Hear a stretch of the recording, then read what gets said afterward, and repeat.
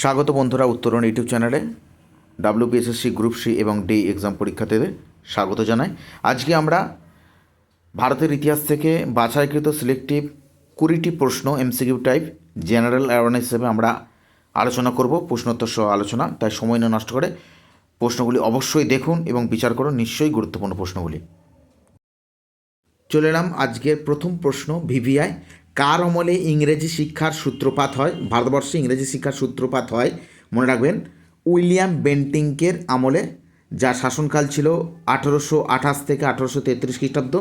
এনার আমলেই কিন্তু সতীদাহ প্রথা রদ হয়েছিল, খাসিরা বিদ্রোহ হয়েছিল, তিতুমিরের ওয়াহাবি আন্দোলন দমিত হয়েছিল, কোল বিদ্রোহ সংগঠিত হয়েছিল এবং রণজিৎ সিংয়ের সঙ্গে মিত্রতা চুক্তি আবদ্ধ হয়েছিলেন এবং এনারই আমলে ইংরেজি শিক্ষা সূত্রপাত হয়েছিল। বন্ধুরা, চলে যাচ্ছি পরবর্তী গুরুত্বপূর্ণ একটি প্রশ্ন। রিসরায় প্রথম পাটকল স্থাপন করেন কে? বলে রাখি, 1855 খ্রিস্টাব্দে জর্জ অকল্যান্ড নামে ইস্ট ইন্ডিয়া কোম্পানির একজন প্রাক্তন নৌ কর্মচারী হুগলির রিসরায় প্রথম পাটকল স্থাপন করেছিলেন। চলে যাচ্ছি পরবর্তী প্রশ্ন। আদি ব্রাহ্ম সমাজের নেতা কে ছিলেন? দেবেন্দ্রনাথ ঠাকুর। চলে যাচ্ছি পরবর্তী গুরুত্বপূর্ণ প্রশ্ন। ভারতীয় রেলপথের জনক কাকে বলা হয়? প্রত্যেকেই জানেন যে ভারতের গভর্নর জেনারেল ছিলেন লর্ড ডালহৌসি, 1848 থেকে 1856 খ্রিস্টাব্দ। তাঁর আমলে কিন্তু রেলের পথের বিস্তার, রেলের কাজ ব্যাপকভাবে শুরু হয়, তার জন্য ডালহৌসিকে ভারতীয় রেলপথের জনক বলা হয়।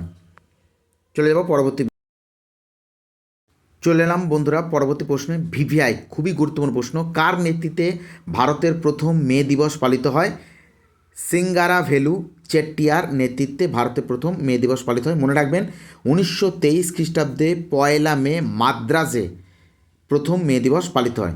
চলে যাচ্ছি পরে প্রশ্ন। ভারতীয় জাতীয় কংগ্রেসের আদি পর্ব কোন সময়কে বলা হয়?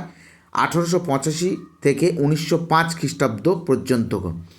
স্বদেশী আন্দোলনের অনুষঙ্গ আন্দোলনটির নাম কি? বয়কট আন্দোলন।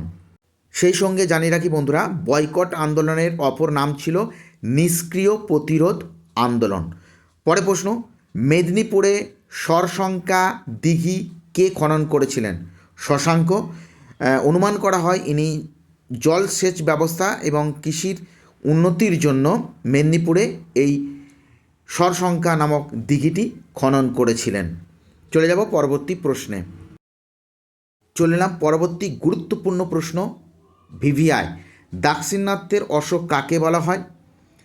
মনে রাখবেন বন্ধুরা, প্রথম অমোঘ বর্ষকে দাক্ষিণাত্যের অশোক বলা হয়, যিনি রাষ্ট্রকূট বংশের একজন শাসক ছিলেন, অন্যতম শাসক, যিনি বেঙ্গির চালুক্যদের পরাজিত করেছিলেন।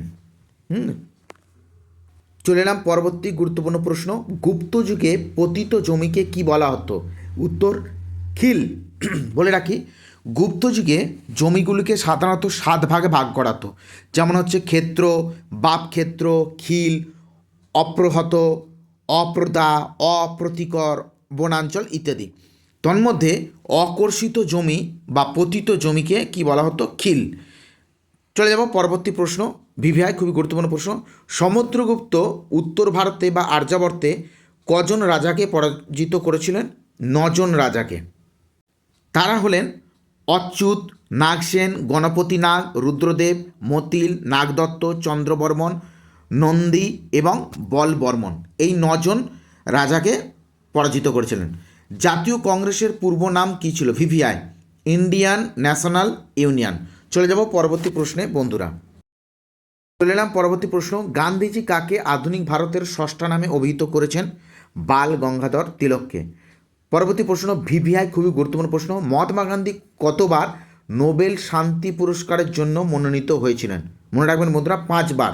1937, 1938, 1939, 1947 এবং 1948। কিন্তু দুঃখের বিষয়, উনি পাননি। ত্রিতাপ এর কথা কোন ধর্মে বলা হয়েছে? বৌদ্ধ ধর্মে। ত্রিতাপ বলতে দুঃখ, জরা, ব্যাধি এবং মৃত্যুকে একত্রে ত্রিতাপ বলা হয় বৌদ্ধ ধর্মে। চলে যাচ্ছি পরবর্তী প্রশ্ন। বর্তমানে সিন্ধু সভ্যতার সর্ববৃহৎ প্রত্নকেন্দ্র কোনটি?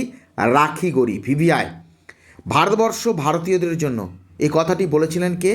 দয়ানন্দ সরস্বতী। চলে যাচ্ছি পরবর্তী প্রশ্নে বন্ধুরা। পরবর্তী প্রশ্ন, বরিশালের গান্ধী নামে পরিচিত ছিলেন কে? উত্তর, অম্বিকাচরণ মজুমদার। জালিয়ানবাগ অমৃতসরের কোন দিকে অবস্থিত? পূর্ব দিকে। পরের প্রশ্ন, আজকের শেষ প্রশ্ন, সিপাহী বিদ্রোহের বাঘ নামে পরিচিত ছিলেন কে? সিপাহী বিদ্রোহের বাঘ নামে পরিচিত ছিলেন কানওয়ার সিং। তাহলে আজকে আমরা এই পর্বে 20টি এমসিকিউ টাইপ প্রশ্ন ইতিহাস থেকে জানলাম। আশা করি আপনাদের কাজে লাগবে। ভালো লাগলে অবশ্যই একটি লাইক করে যাবেন বন্ধুরা। পরবর্তী ভিডিওগুলো আরও গুরুত্বপূর্ণ বিষয় নিয়ে প্রশ্ন নিয়ে উপস্থিত হব।